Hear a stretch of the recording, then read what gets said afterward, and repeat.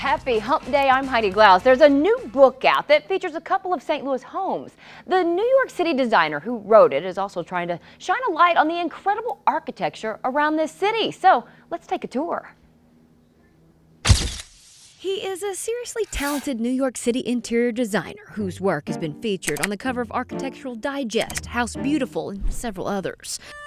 But what tends to surprise people is Marshall Watson's love of St. Louis architecture. They do say, what is it about St. Louis?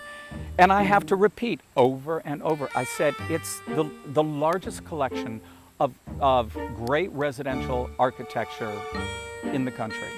It really is, and the variety. He's a Kansas City native who has worked in every corner of the country and beyond, and yet the homes in St. Louis are at the top of his list. I mean, this is a treasure trove here. I don't know if people really understand it. We've followed him around from neighborhood. Over door and the over window carvings, the cartouches are absolutely beautiful. To neighborhood. You will see houses that look like this in the suburbs of Paris, built like this with the oval, with those rounded windows. As he pointed out some of the architectural highlights. This portion of the house with the bump out up there, which is very much a Tudor style bump out, is actually balanced on the other side by the chimney.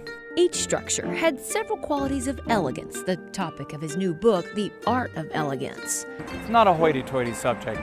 It's about warmth, comfort, light, balance, proportion, and harmony. This particular home was one of the first in St. Louis he decorated, and although it isn't among the pages, his work into other St. Louis homes is. I slip-covered all of the furniture in beach towels, which I had monogrammed. You would never know that was a beach towel. The book is a collection of what he's done over the last 10 years.